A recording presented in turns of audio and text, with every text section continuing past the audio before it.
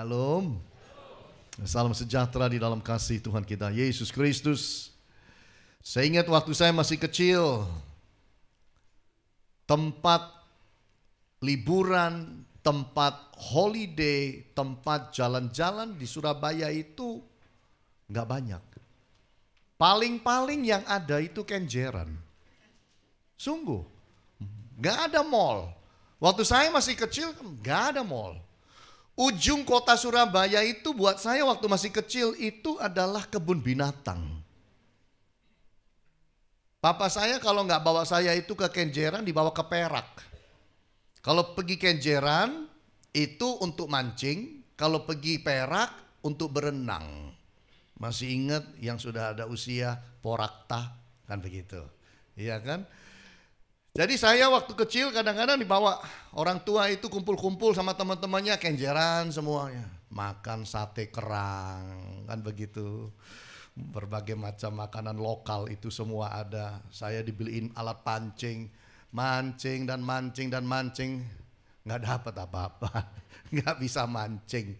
Jangankan begitu, sampai sekarang pun saya nggak bisa mancing Bapak Ibu. Kalau sudah urusan sama mancing itu sesuatu yang saya kurang hobi sebenarnya. Karena tahu saudara, ikan selalu menjauh dari saya. Entah kenapa aja begitu. Karena teman saya pernah bawa saya pergi mancing itu dengan kapalnya. Dibawa kita mancing lewat Perak, keluar nggak tahu berapa jauh sedikit. 1-2 jam jauh begitu. Kemudian mancing. Mereka dapat, saya nggak pernah dapat tuh. Satu aja nggak pernah dapat. Dan karena saya kemudian mual-mual, kena mabuk laut, ya udah. Akhirnya teman-teman putusin, udah pulang aja itu, kasihan Pak Hani udah mabuk itu, udah mual-mual. Akhirnya pulang. Mereka tuh biasanya mancing itu bisa dapat 200 ikan sampai 250 begitu. Itu pergi sama saya itu kasihan, cuma dapat beberapa puluh aja. Karena lihat saya udah mual-mual, mereka pulang Bapak Ibu. Di Alkitab ada satu kisah juga mengenai Petrus yang mancing semalaman gak dapat juga. Bagaimana perasaannya kalau orang pergi mancing gak dapat ikan? Saya yang hanya pergi itu hanya beberapa jam saja, mancing gak dapat ikan, itu pulang aja kurang enak di hati. Masa sih satu aja gak dapat ikan itu mancing? Padahal udah dibawa, boatnya itu udah dibawa ke daerah yang memang ada ikan. Karena teman saya itu jago mancing, udah ada posisi di mana dia tahu di situ di bawahnya pasti ada ikan. Belok kiri sedikit, kanan, kurang sedikit, mundur. Saya itu bingung awalnya saudara. Wong lautan luas loh, mending naik parkir di Balewerti, ya kan? Itu macetnya luar biasa. Lah ini lautan luas kita ini boat sendirian, kok pakai kurang sedikit, kiri, kanan, kebanyakan maju. Loh, kok kayak parkir di mana gitu pada lautan luas. Ternyata itu sedang dibuat supaya lurus ke bawah, yang bawahnya itu memang tempatnya ikan berumah Bapak Ibu. Jadi waktu itu kalau mereka mancing itu langsung begitu dilempar langsung tarik dapat ikan, dilempar tarik dapat ikan. Udah kayak orang itu menimba air dari sumur ceritanya. Yang lucunya saya timba enggak dapat. Ya itu heran saya itu. Makanya dari kecil sampai besar itu enggak pernah mancing dapat ikan itu. Makanya mancing ikan bukan hobi saya. Nah kalau saya pulang yang biasa aja hati. Tapi saya nggak bisa bayangkan bagaimana Petrus mancing ikan semalaman gak dapet. Ini. Bagaimana dia pulang? Tentu sedih karena dia ini seorang pemancing profesional. Nelayan profesional. Kalau pulang tidak bawa ikan 1 ekor. Itu mau ditaruh di mana ini pipi dan wajah. Sedihnya seperti apa dia? Nah itu sebabnya saya ingin bawa kita lihat kebenaran firman, living joyfully. Karena sebenarnya di dunia ini Bapak Ibu, jujur kita manusia ini seringkali terjebak. Sukacita kita itu selalu didasarkan pada materi. Pada benda-benda, pada apa yang kita bisa pegang, bisa pakai. Bisa cicipi, bisa miliki dalam hidup. Seringkali kita itu manusia Kalau tidak hati-hati, sukacita kita itu pada semua yang disebut materi. Padahal Tuhan bilang, langit dan bumi akan lenyap. Bumi, langit, ini materi semua. Itu akan lenyap. Kalau sukacita kita taruh pada materi. Lalu kalau materi itu lenyap, di manakah sukacita kita? Itu sebabnya saya mau bawa kita lihat di dalam Lukas pasal 5. Bagaimana kita harus menata hati dan hidup kita supaya kita tahu bagaimana caranya bersukacita. Bukan tidak boleh sih Bapak Ibu bersukacita karena materi. Tapi itu bukan satu-satunya cara manusia bersukacita. Habakuk saja bilang apa? Kalaupun pohon ara tidak berbuah, ladang tidak menghasilkan, segala sesuatu kelihatannya itu hancur, rontok, gagal.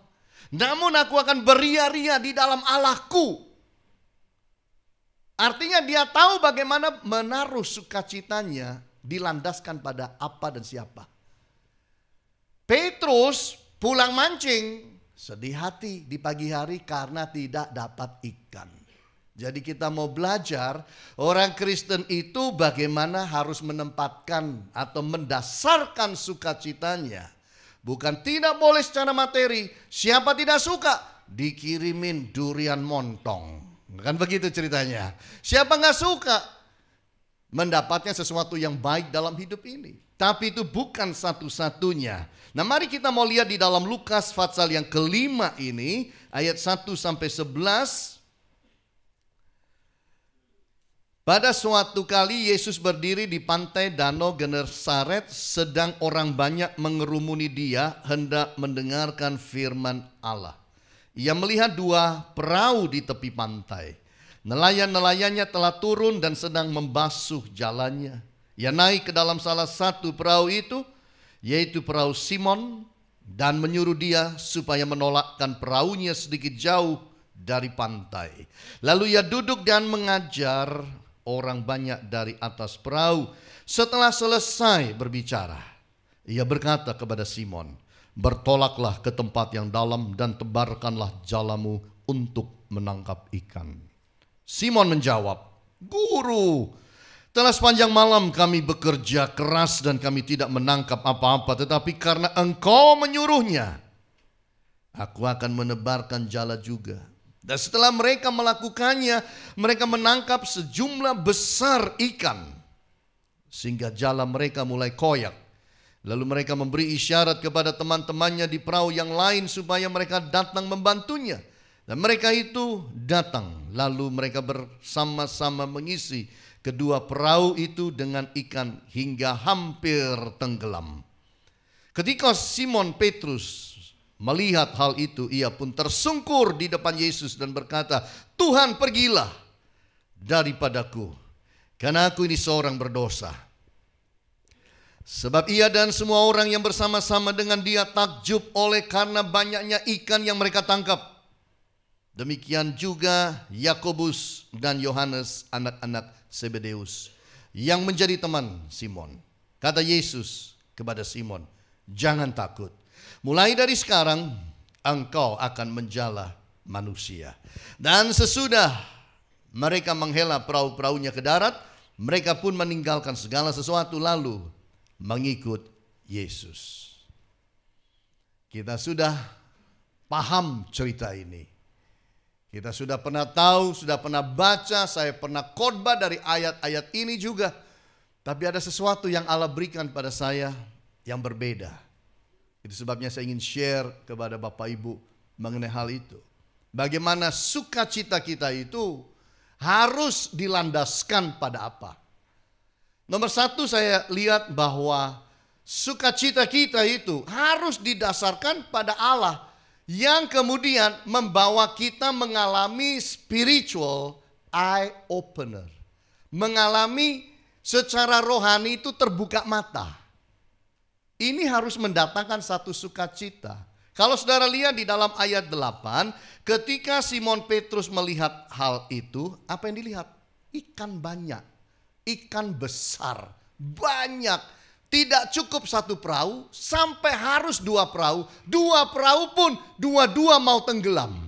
Saking banyaknya ikan.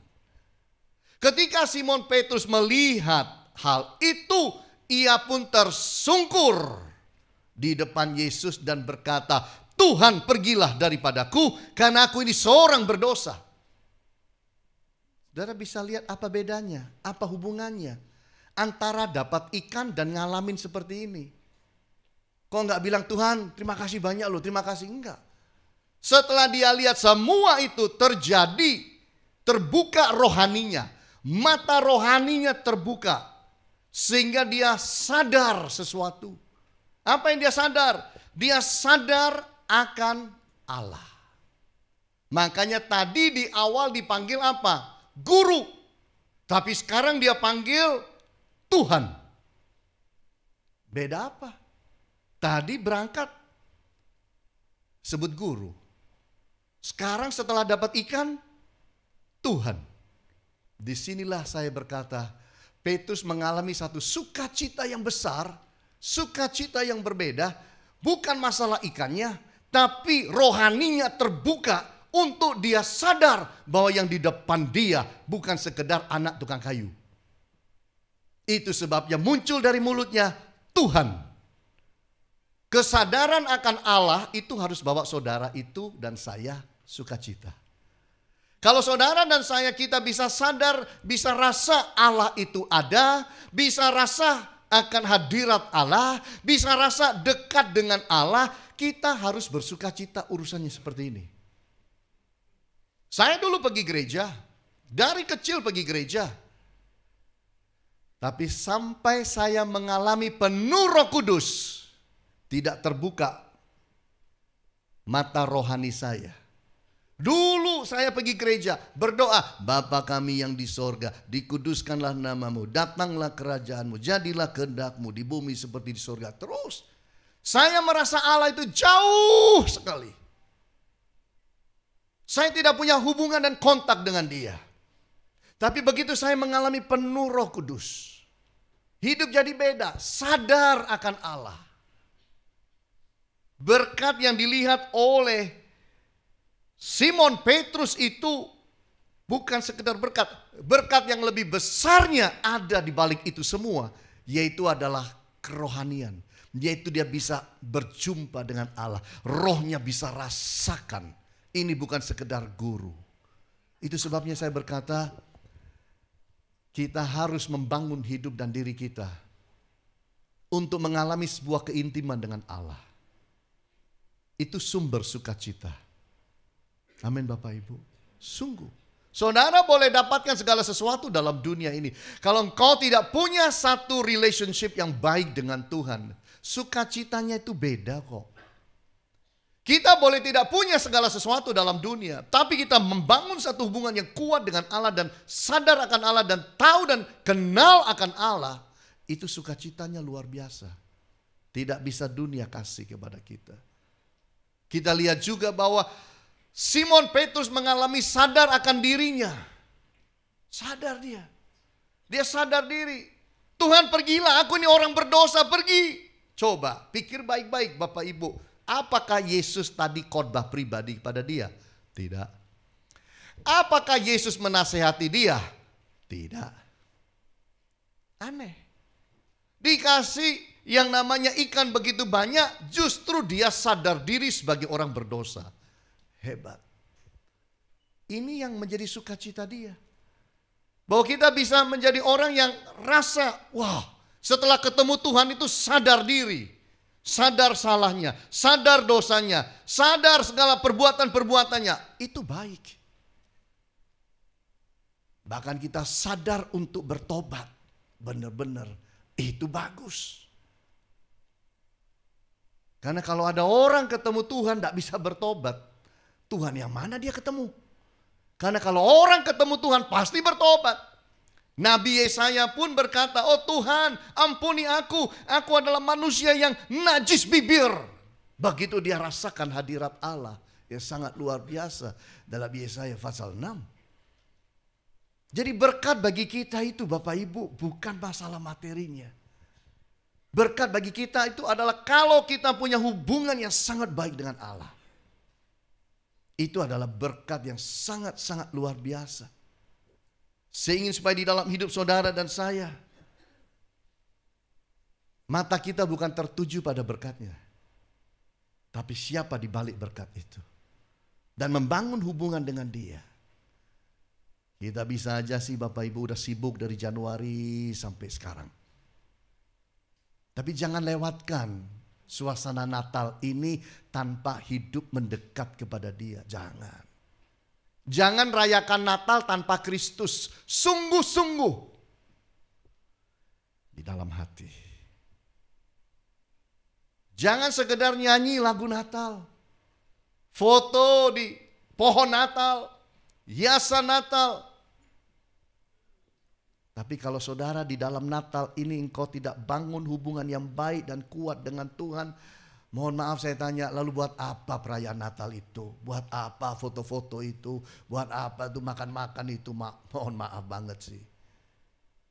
Kalau kita merayakan tanpa kita ketemu dia dan berhasil membangun relationship yang jauh lebih baik, lalu buat apa itu Natalan? Sukacita kita haruslah yang paling utama karena Kristus. Ketika murid-muridnya itu pulang dari pelayanan, oh sukacita, wah mungkin jalannya itu udah dadanya di depan. Laporan sama Yesus, Yesus aku usir setan, minggir setannya. Yesus aku bikin mujizat. Apakah Yesus menanggapinya seperti yang mereka mau? Yesus bilang, jangan bersukacita gara-gara itu semua. Bersukacita kalau namamu tercatat di sorga. Kena kon, plak. Kan begitu. Jadi Yesus mengajarkan manusia ini rohaninya itu yang penting. Bersukacita karena urusan rohaninya itu that is number one. Natal ini kalau Anda cari yang jasmani, mungkin kecewa loh. Tapi kalau di Natal ini saudara cari yang rohani, cari Tuhan, membangun hubungan dengan dia, Anda akan penuh sukacita. Amin Bapak Ibu. Saya pergi ke Sampit minggu lalu. Bukan minggu lalunya, tengah minggu. Natal, diundang di Sampit. Dan saya pergi dengan koordinator Pak Agus, Rich Pele 1, menemani saya. 1.000 orang datang. Tempatnya gak terlalu besar amat sih.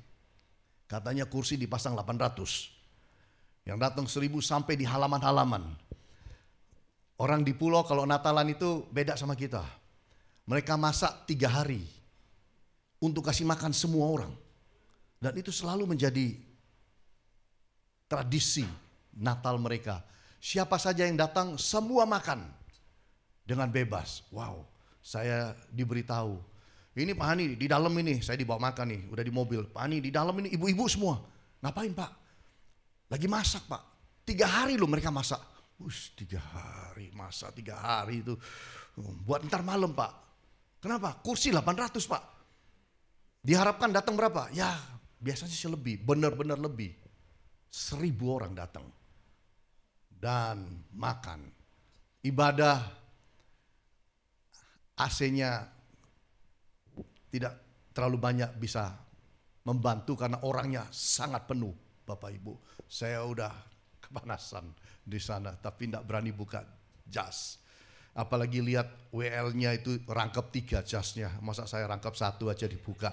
Sana rangkap 3 loncat-loncat tidak masalah ya, saya juga diam. Cuma mikir satu aja.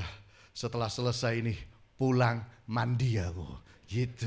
Itu penghiburan saya. Saya ikutin semua sampai selesai, makan selesai, pulang ke hotel, mandi istirahat. Besok pagi pulang ke Surabaya, breakfast di hotel. Sudah selesai semua, lalu saya keluar dengan Pak Agus, kemudian saya ke toilet sebelum naik mobil. Keluar dari toilet, Pak Agus tanya sama saya, Pak sudah siap untuk berangkat? Sudah, tidak ada yang ketinggalan? HP, sungguhan, HP ketinggalan. di dalam restoran. Tapi begitu saya ingat, Pak Agusnya cepet, nih loh, wah enak ya. Kalau pura-pura, oh iya hilang ya, iya, oh melok gopo saya saudara. Tapi dia langsung kasih HP-nya. Saya terima HP itu, saya bilang terima kasih. Tapi langsung di hati saya, Tuhan thank you so much. Terima kasih. Saya terima ini, saya sadar akan Allah. Hidup itu harus begitu. Saudara diberkati tahun ini, harus sadar akan Allah. Tidak boleh bilang, itu karena saya hebat, itu karena saya jago. No, itu karena Tuhan. Kalau Tuhan berkati saudara, itu maksudnya cuma satu sebenarnya. Membawa saudara lebih dekat pada Dia. Setuju? Amin. Tuhan akan sangat kecewa. Sorga akan kecewa.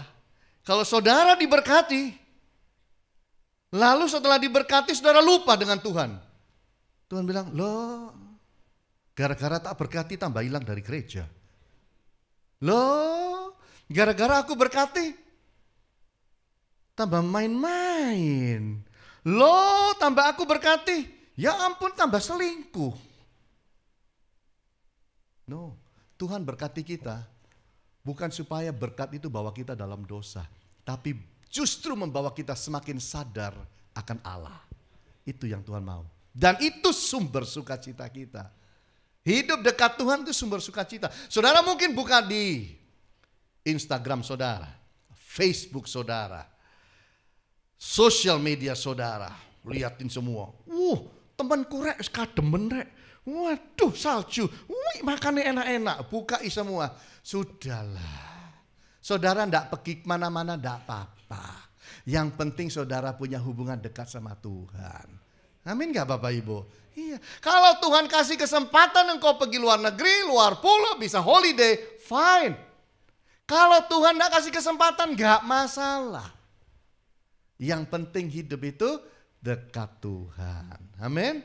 Ini yang kita harus tanamkan gitu. Nggak perlu juga kita itu kemudian sewa studio, terus dipajang salju-saljuan, terus pakai mantel gitu, terus tulis di Korea, ya nggak usah. Jepang, nggak usah juga. Buat apa begitu?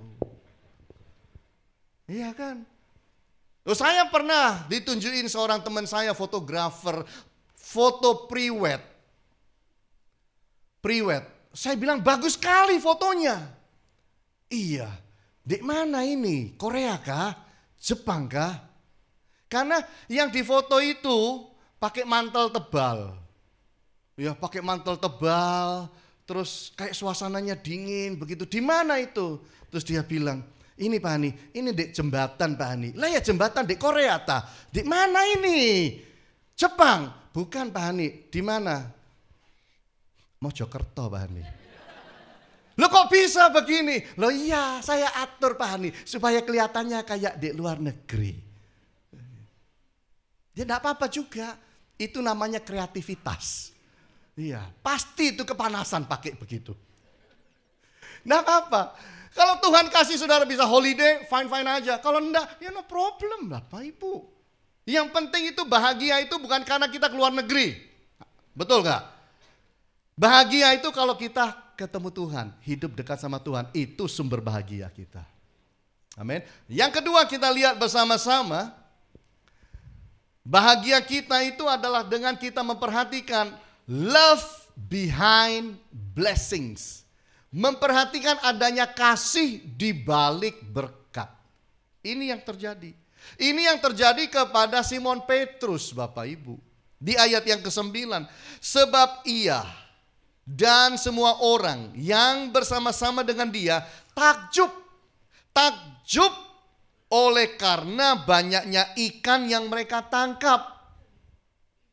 Kaget saudara, karena buat Petrus nangkep ikan sampai 2 perahu seperti itu, nomor 1 belum pernah, nomor 2 tidak mungkin. Lah ini kok bisa dapat ikan sebanyak ini? Setelah dia lihat ikan itu, takjub, satu terjadi dalam otaknya. Sangat apresiasi terhadap Allah. Sangat menghargai kasih Allah. Makanya hidup ini Bapak Ibu, Kalau kita itu dapat berkat Tuhan, jangan dilihat berkatnya saja. Apa yang ada di balik itu? Kenapa sih Tuhan, pernah mikir gak? Kenapa Tuhan kasih ikan sampai 2 perahu kepada Petrus? Kenapa? Saking butuhnya dia? Saking dia itu harus bayar utang? Kenapa? Kenapa Tuhan harus tunjukkan sampai 2 perahu kepada Petrus?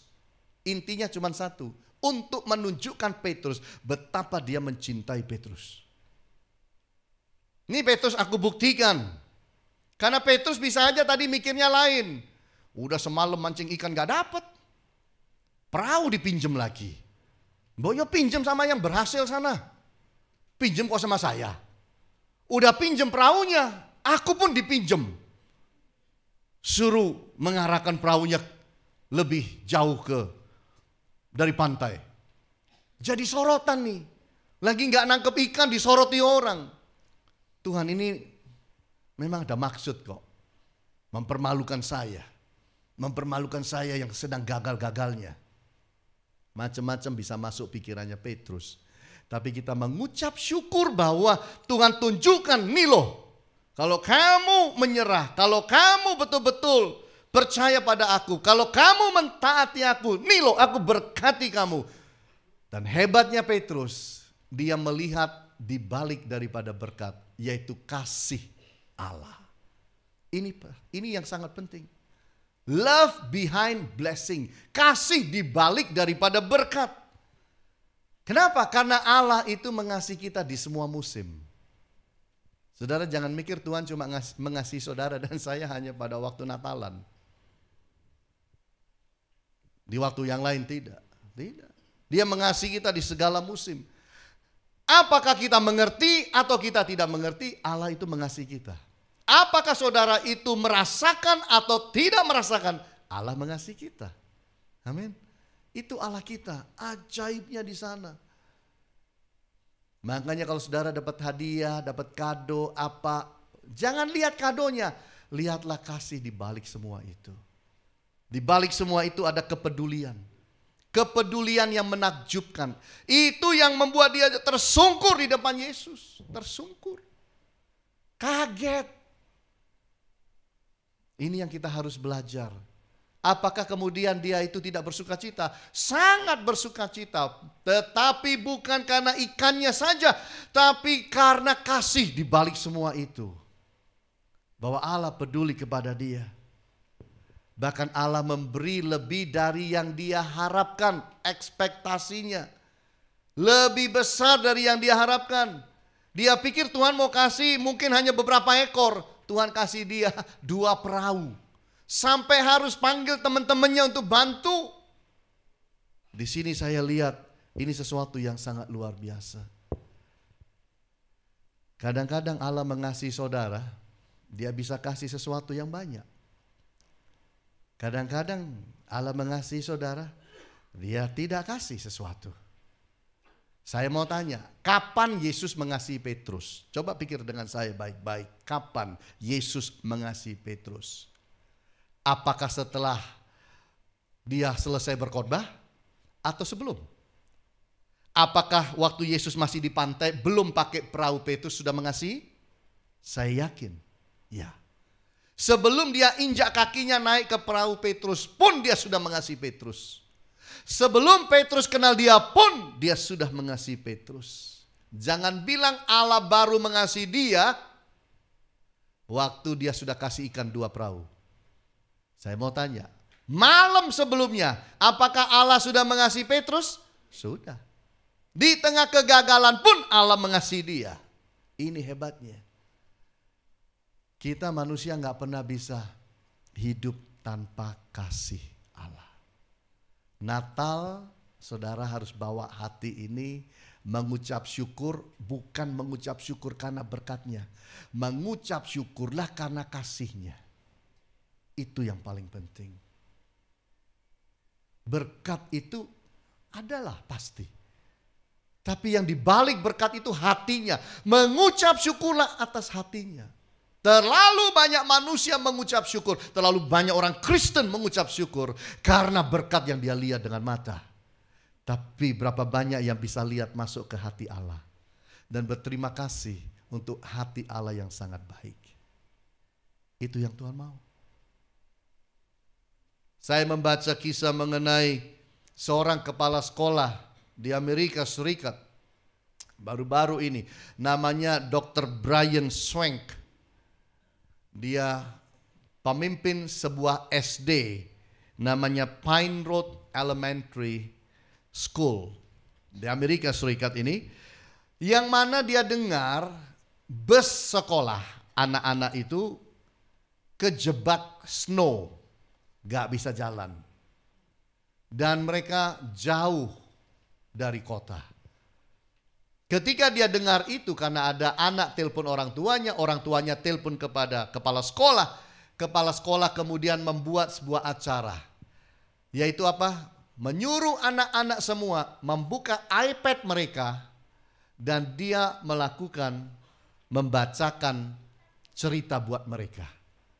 Kenapa? Supaya mereka jangan mikirin kejebak ini lalu histeris, lalu stres, lalu segala macam. Dan dia berkata, anak-anak, mari dengarkan Bapak bacakan cerita ini buat Anda semua. Jadi anak-anak di dalam bus tenang semua. Sementara datang bala bantuan, polisi dan lain sebagainya untuk keluarkan bus ini dari jebakan snow yang ada waktu itu. Inilah tindakan kasih. Apakah dia harus melakukan itu? Tidak. Apakah itu tanggung jawabnya? Tidak. Tetapi itu yang dilakukan. Kasih. Makanya kalau saudara kita mendapatkan sesuatu itu, belajar lihat jangan apa yang di depan kita. Belajar lihat di balik semua itu. Ada hati Allah, ada kasih Allah. Itu yang kita harus lihat. Walaupun Allah belum berikan sesuatu buat saudara hari ini, bukan berarti dia tidak cinta saudara.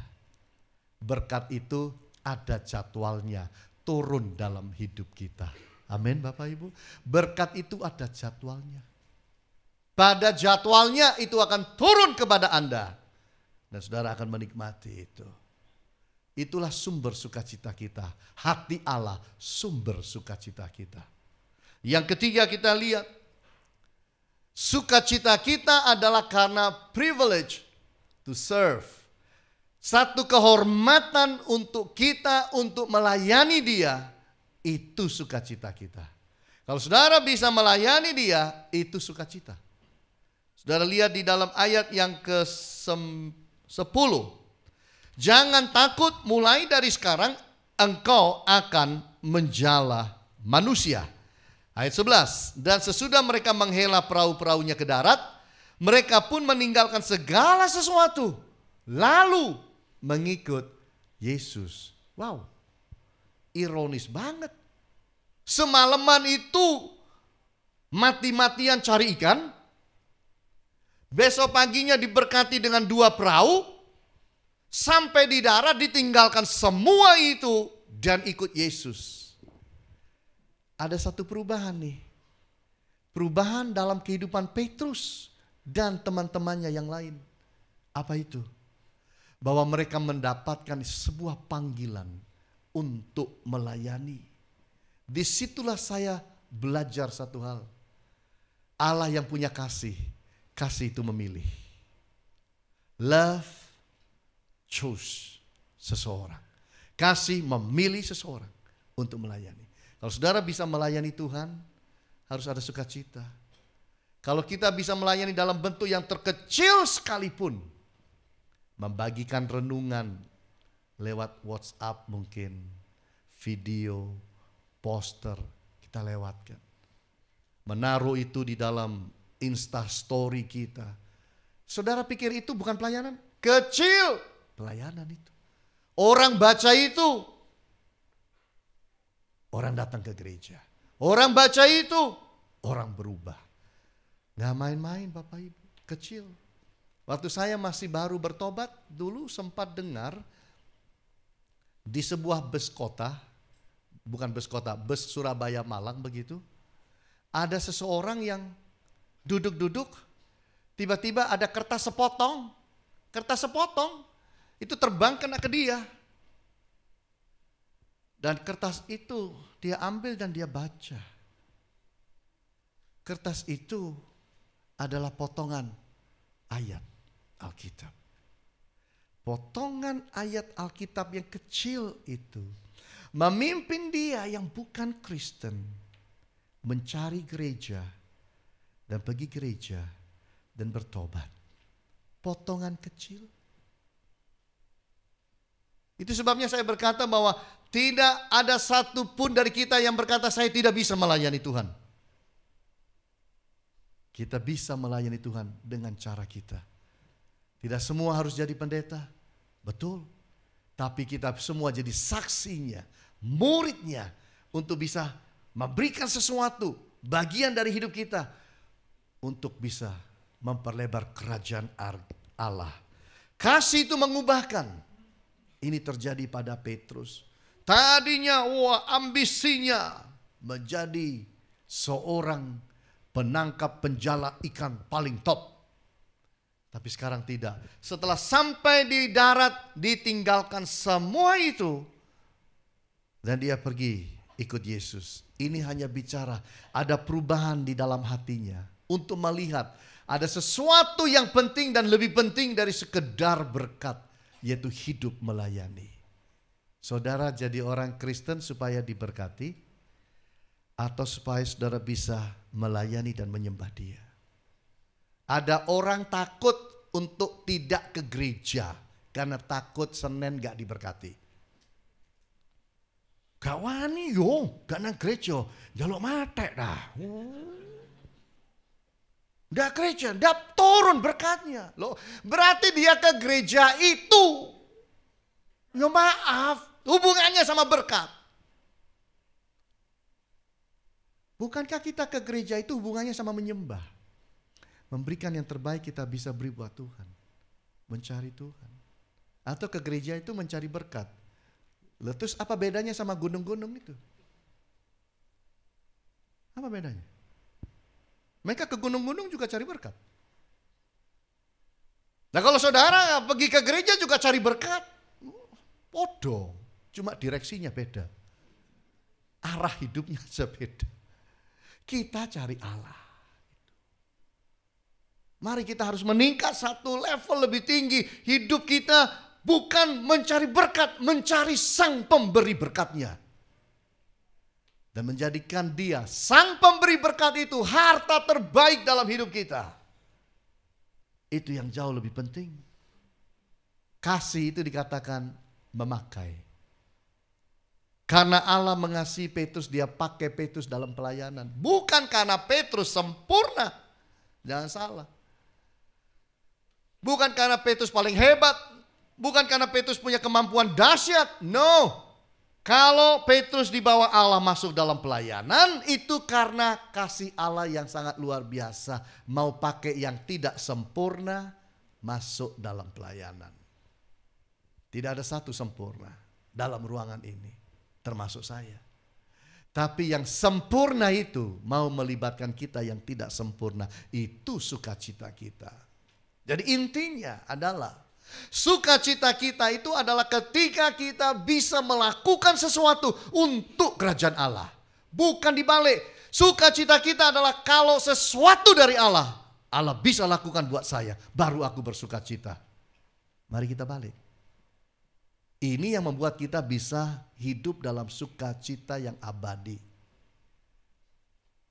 Jadi mari di dalam hidup saudara dan saya isi hidup dengan penuh sukacita. Supaya sukacita kita itu bukan karena yang materi. Tapi dari tiga ini. Bahwa ketika kita bisa dekat dengan Allah itu sukacita. Spiritual eye opener. Membawa kita berdoa biasanya nggak ketemu Tuhan. Ini sekarang doa ketemu Tuhan. Bisa rasa Tuhan. Wow, itu sukacita. Love behind blessings. Perhatikan kasih Allah. Bersyukur untuk kasih Allah. Lebih daripada berkatnya. Makanya saya bilang, apakah Tuhan sudah kasih atau belum kasih? No problem. Yang pasti satu, aku bersukacita karena Dia mengasihi aku. Itu. Kita bersukacita karena kita diberi kesempatan untuk melayani Dia. Loh Pak, saya nggak punya pelayanan apa-apa. Doa syafaat di rumah, itu pun pelayanan. bersaksi, konseling. Tidak semua orang mau datang ke pendeta, Bapak Ibu, jangan salah. Ada yang sungkan, ada yang takut, ada yang merasa nggak kenal, ada yang merasa jauh, macam-macam lah orang itu. Walaupun mungkin tiap minggu saling salaman kita. Tapi mungkin terbukanya dengan saudara. Silakan konseling dengan baik dan benar. Seturut dengan firman. Itu pun pelayanan. Ya, pelayanan itu bukan karena saudara dapat jabatan dalam gereja. Tapi apa saja yang saudara bisa berikan kepada Allah. Itu sesuatu yang baik. Amin Bapak Ibu. Ini yang Tuhan mau. Dan kalau kita punya cara pandang seperti ini. Sukacita kita itu sangat luar biasa. Natal ini apa yang saya beli? Saya nggak beli apa-apa. Jasa saya ini udah berapa tahun yang lalu. Sepatu udah tahunan. Semirnya aja tiap minggu. Iya kan? Nothing new. Dasi tahunan. Natal saya nggak beli apa-apa. Tapi jangan pikir karena saya tidak punya sesuatu yang baru dalam hidup, lalu saya tidak punya sukacita. Karena saya mendasarkan sukacita saya. Dan saya belajar mendasarkan sukacita saya. Bukan pada hal-hal yang materi. Walaupun materi bisa menyenangkan. Tapi saya belajar mendasarkan itu kepada hal-hal yang spiritual dan yang rohani. Dan pada Allah kita. Dan kalau kita bisa dapat dan tangkap itu. Hidup kita, walaupun hanya makan tahu dan tempe, kita akan penuh dengan sukacita. Selamat Natal, Tuhan Yesus berkati kita semua.